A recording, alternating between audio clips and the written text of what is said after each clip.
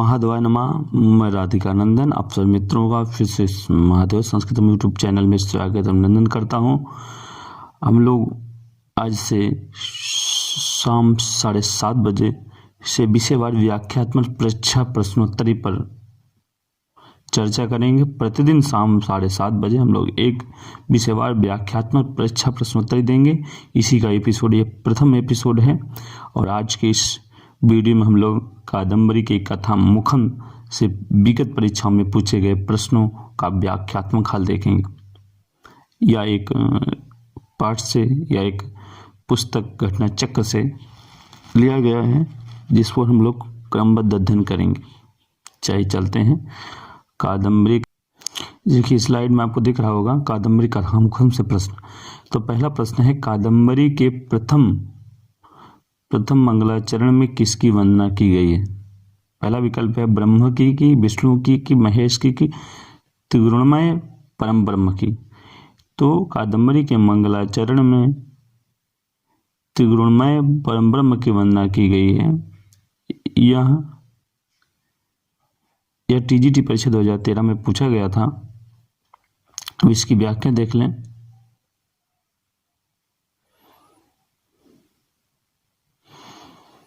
कि महाकवि बाणभट्ट विरचित कादम्बरी के प्रथम मंगलाचरण में त्रिगुणमय परम ब्रह्म की वंदना की गई। त्रिगुणमय परम ब्रह्म की वंदना की गई है।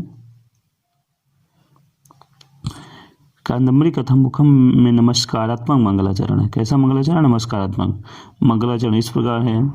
रजोजुषे जन्मनि सत्ववृत्तये स्थितो प्रजानां फलये तमस्पृशे अजाय सर्गा सतिनाश हेतवे त्रयीमयाय त्रिगुणात्मने नमः। अर्थात सृष्टि की उत्पत्ति के समय रजोगुण ब्रह्म स्वरूप, स्थिति काल सत्वगुण युक्त विष्णु स्वरूप और प्रलय काल तमोगुण युक्त शिव स्वरूप के कारण भूत वेद त्रयीमय ऋक् यजुः त्रिगुण स्वरूपी तथा अजन्मा परम ब्रह्म को नमस्कार करता हूँ।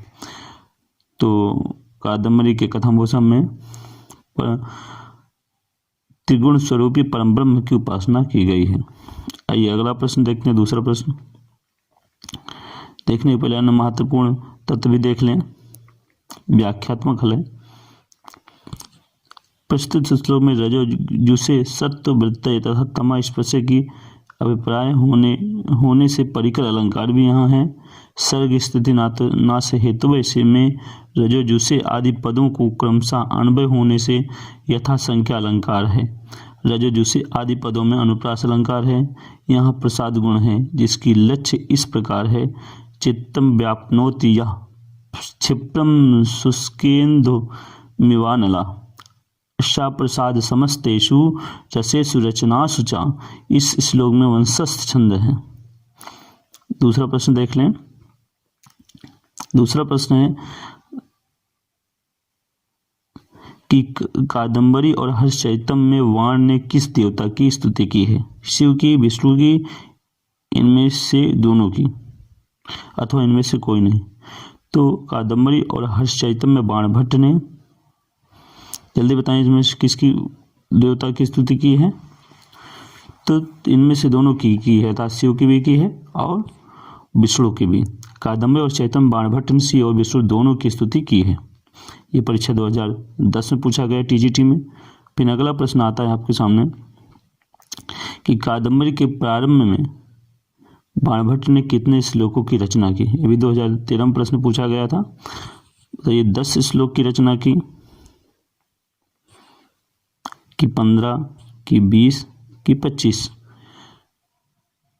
तो बाणभट्ट ने कादम्बरी के कथा मुखम के प्रारंभ में 20 श्लोकों की रचना की। कितने? 20 टिक कर लें सी। इसमें देख लें व्याख्या की कादम्बरी के प्रारंभ में बाणभट्ट ने 20 श्लोकों की रचना की है। प्रारंभिक 3 श्लोकों में देवताओं की स्तुति में लिखे गए हैं। तदंतर गुरु वंदना, खल निंदा आदि विषयों का वर्णन करके अंत में कवि ने वंशक्रम का उल्लेख किया है।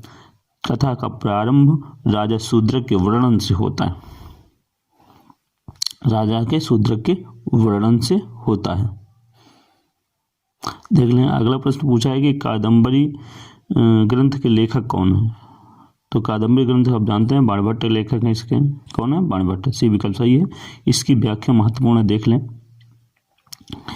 कि बाण के नाम से दो ग्रंथ प्रसिद्ध हैं, एक है हर्षचरितम और दूसरा है कादम्बरी।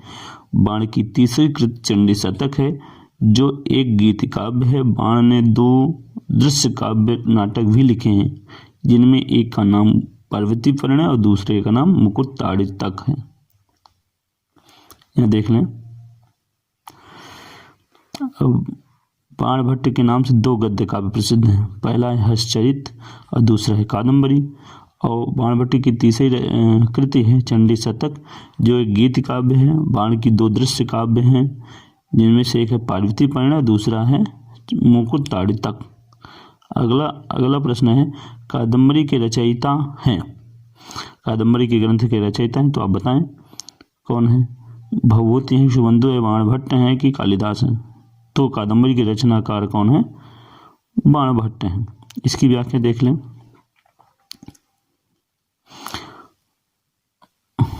इसमें कोई व्याख्या नहीं करना है, आगे देखिए। कादम्बरी का उपजीव्य ग्रंथ है।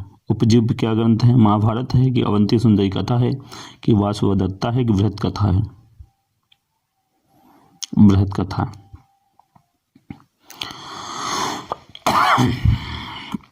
इसकी व्याख्या देख लें।